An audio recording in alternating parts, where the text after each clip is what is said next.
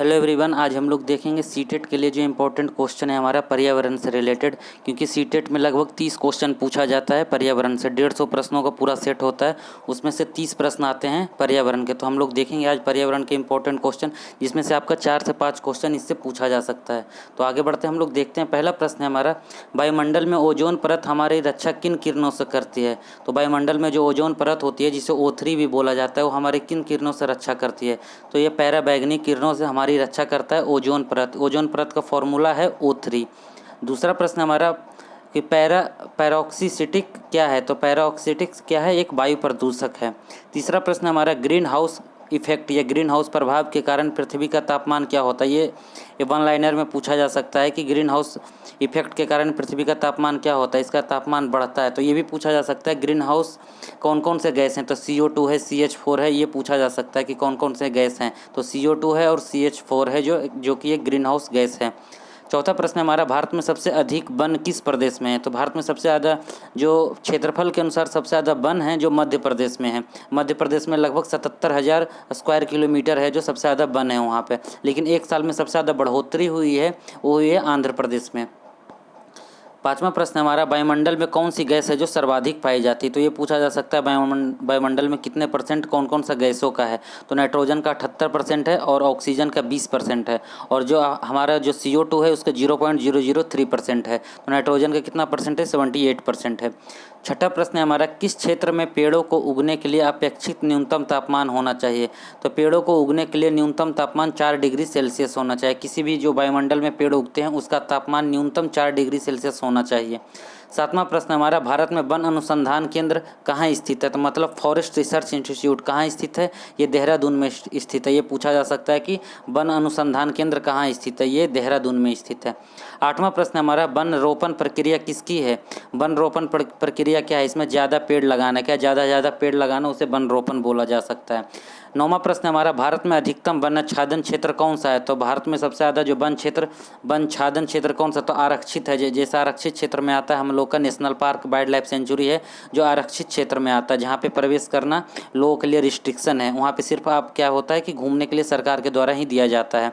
तो भारत में अधिकतम वनाच्छादन क्षेत्र कौन सा है, आरक्षित वन है। आरक्षित वन में नेशनल पार्क आता है, वाइल्ड लाइफ सेंचुरी आता है। 10वां प्रश्न हमारा, हरा सोना किसे कहा जाता है। तो हरा सोना है जो वन को कहा जाता है, या फॉरेस्ट को हरा सोना कहा जाता है। 11वां प्रश्न हमारा, भारत में अधिकांश वन संपदा का मालिक कौन है। तो भारत में अधिकांश वन संपदा का मालिक कौन है, स्टेट है या राज्य है। मतलब केंद्र सरकार और राज्य सरकार दोनों हैं जो कि वन संपदा के मालिक हैं।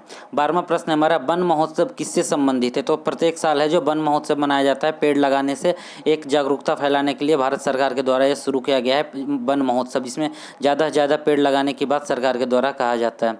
13वां प्रश्न हमारा, सोपान कृषि कहाँ की जाती है। तो सोपान कृषि होती है पहाड़ों पर की जाती है, ढलान जैसा जगह होता है, वहाँ पे सोपान कृषि कहा जाता है। तो ये पूछा जा सकता है सोपान कृषि कहाँ की जाती है। तो सोपान कृषि है जो पहाड़ों के ढलानों पे किया जाता है।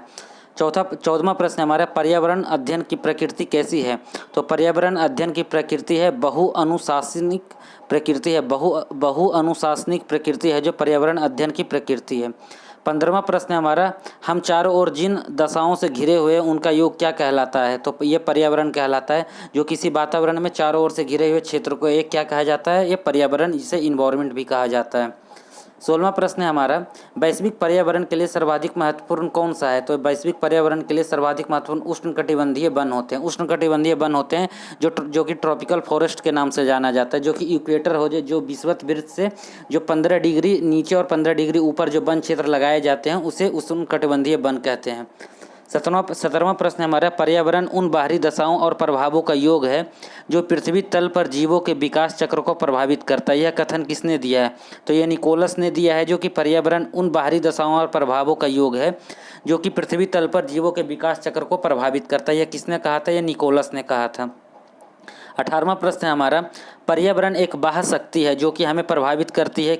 ये किसने कहा था, ये सीसी पार्क ने बोला था कि पर्यावरण एक बाह्य शक्ति है जो कि हमें प्रभावित करती है।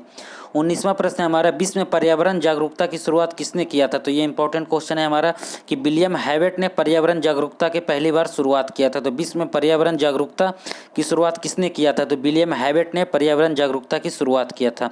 20वां प्रश्न है हमारा, पर्यावरण का जैविक कारक क्या है। तो पर्यावरण का जैविक कारक है जो वनस्पति है।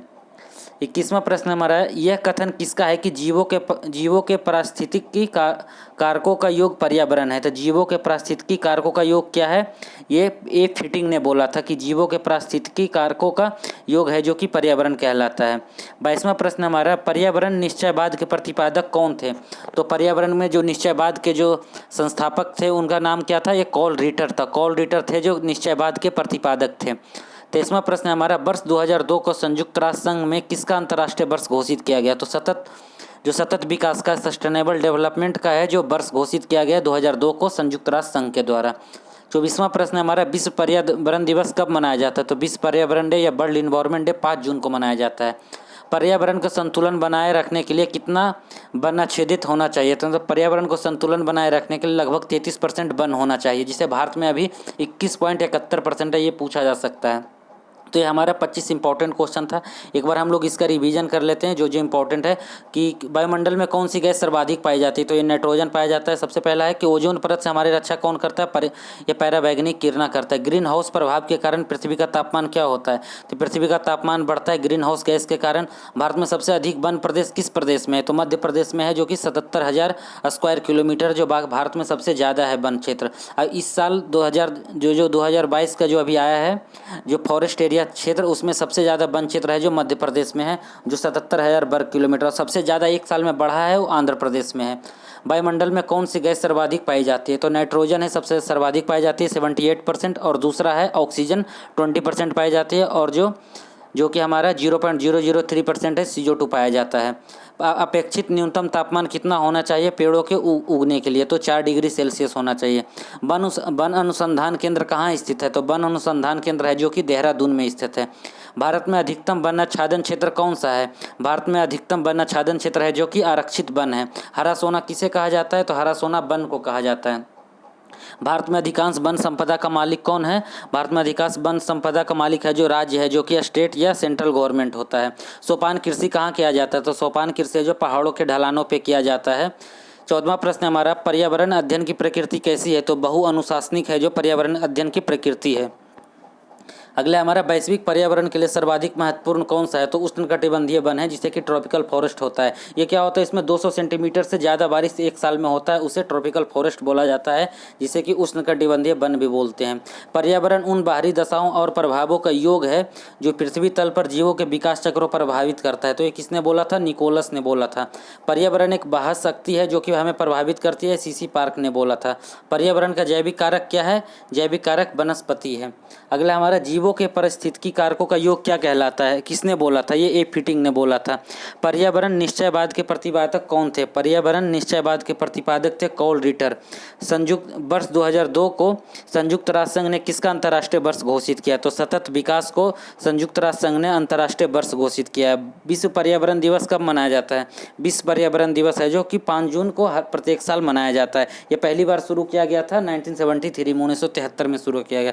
पर्यावरण का संतुलन बनाए रखने के लिए वनांतर्गत क्षेत्रफल कितना प्रतिशत होना चाहिए? किसी भी देश में पर्यावरण को संतुलन बनाए रखने के लिए लगभग 33% होना चाहिए। भारत ने ये पहली बार इसका घोषणा जो किया था 1952 में किया था। वन महोत्सव किसके लिए है? वन महोत्सव वनों के बारे में जागरूकता फैलाने के लिए शुरू किया गया था। तो ये सीटेट के लिए इंपॉर्टेंट हो सकता है क्योंकि इसमें लगभग 30% जो 150 क्वेश्चन आते हैं उसमें से 30 क्वेश्चन होते हैं जो कि इन्वायरमेंट से पूछे जाते हैं। तो ये जरूरी है हम लोगों का कि इसका हर दिन इसका रिवीजन करना पर्यावरण के लिए, इन्वायरमेंट का। तो ये हमारा आज का पर्यावरण का सीटेट के लिए इंपॉर्टेंट क्वेश्चन था। Thank you everyone.